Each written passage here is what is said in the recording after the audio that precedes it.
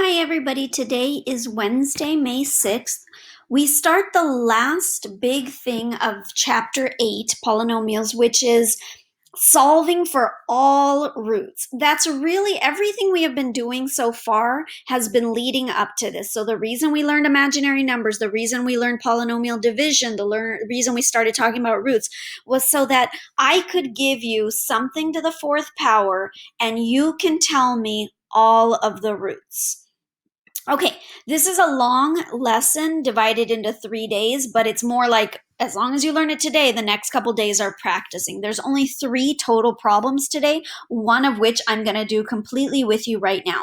So take a minute and write 8, 130, and write this problem right here down from 130. This is from the book. So 8, 130, write this problem down and then or pause it, write it down. You don't have to draw the graph, and then push unpause. Okay, so this problem came from the book. We are cheating by using Desmos. So on a test in my class, you would not have Desmos, but I would still introduce it with Desmos. And since you're not taking a test anyway, we're going to learn it with Desmos first. So Desmos tells us the answers. It tells us the 4 roots this polynomial would have. How do I know it has 4 roots? Because this is to the 4th power. So I should have 4 total roots. Maybe they're not all real. Maybe some are imaginary. Well, actually, they are all real roots. One root is negative 1.7, negative 1, 1.7, and 2. Okay, so Desmos is going to tell us which ones to try. We are going to try the numbers that are whole numbers because I'm not going to try these two. But by the end of this question, I will have gotten all these roots. Okay, so step 1, use Desmos to find real and rational roots. These are called irrational. I don't know what numbers there are. So what could be another example of rational? Like 3 halves or 1.5. You know how to write that as a fraction, so that's rational. So I am going to use Desmos to find real rational roots. I found them, negative 1 and positive 2. Basically something I could test in synthetic division. Okay, so now we are going to move on to step 2. That was it, step 1. Type it into Desmos, find some numbers we should try. All right, so I'm going to go to the next slide where I have written the 2 numbers, x equals negative 1 and x equals 2. Here is what you are going to do. You are going to test the roots using synthetic division. You are going to test the roots using synthetic division. So what does that mean? It means I want you to think about how you learned yesterday. I'm going to write this in the corner a little bit. Negative 1 is going to be the number that goes in the corner of the box. And then you're going to take the coefficients from the problem, which are 1, negative 1, negative 5, 3, and 6. You're going to write those coefficients, and you're going to do synthetic division on this. If you get a 0 as your remainder, that means, yes, it is a root and it worked. Here's a hint. It should work because Desmos told us it worked. So I want you to pause this video. I want you to try synthetic division because when you unpause it, I'm going to reveal the answer. Okay, so you should have already tried this yourself, and now I'm going to reveal the answer once I figure out how to erase this. Okay, so I'm going to reveal the answer. X equals negative 1. Is that a root? Let's see. When I take away this Post-it note, yes, it is a root. I did synthetic division. I got 0 as a remainder. How come that means something's a root? It means it's a perfect factor. It means there's no remainder. It means it works. If there was a remainder, the answer would be no. So yes, this is one of our answers we have just found so far.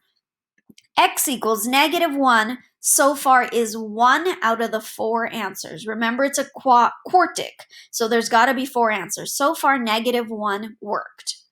Okay, now let's test the next root. X equals 2. How did I get that? Because right here, x equals 2. So we're going to do the same thing we just did here. But I'm going to use these coefficients now. Where did these come from? From the synthetic division. 1, -2, -3, 6. It's important you try the next root on these coefficients. Okay, so what I want you to do is set up a problem where you put a 2 and these coefficients. 1, -2, -3, +6. So put those coefficients and do synthetic division, and I'm hoping that we get another remainder of 0 by the end. So pause this, because when you unpause it, I'm going to reveal the answer. Okay, you should have tested it, and yes, it should work. So when I test 2, I get another remainder of 0.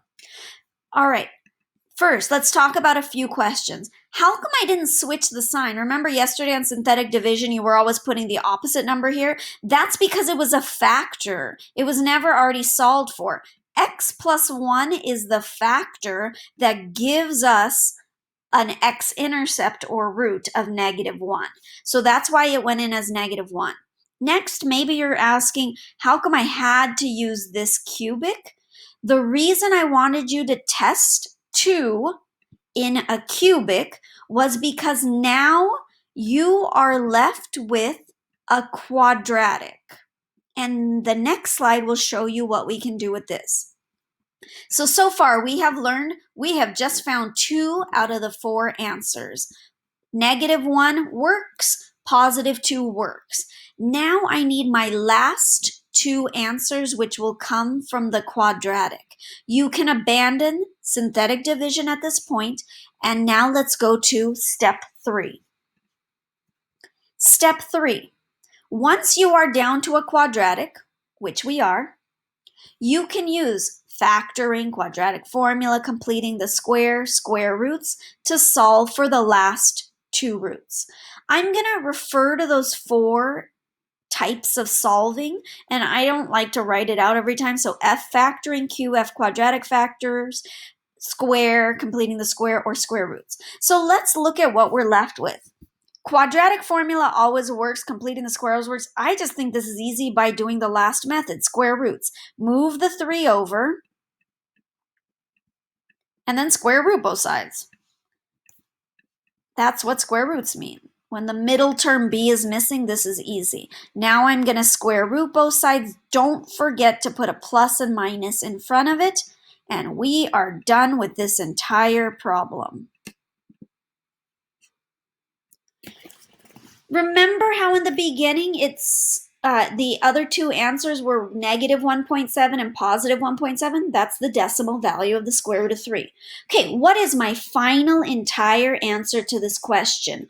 All 4 roots. -1 and 2 we found by synthetic division. Positive square root of 3 we found by square rooting. Negative square root of 3 we also just found. This right here is my final absolute answer to the question. It has 4 roots, and we have just found the 4 roots. Okay, last slide. I just want to show you one last thing. This was our original problem. We figured out that this worked by synthetic division, which is this factor. This worked by synthetic division, which is this factor, opposite signs when they go in as factor. And then we were left with a quadratic, which could also be written like this. And all 3 of these are the exact same quadratic. This quartic, 4th power. This is standard form, this is factored form. Usually people don't write it like this because they're square roots. Here are our roots. Can I call them x-intercepts? Yes, because they all cross the x-axis. None of them are imaginary. So roots, zeros, x-intercepts are all appropriate answers. Okay, so you should have written this problem down. Maybe you need to rewatch the video to understand what I'm saying. Then you're going to try 2 problems, 132A and B, on your own and using the same exact steps. Okay, go ahead and try.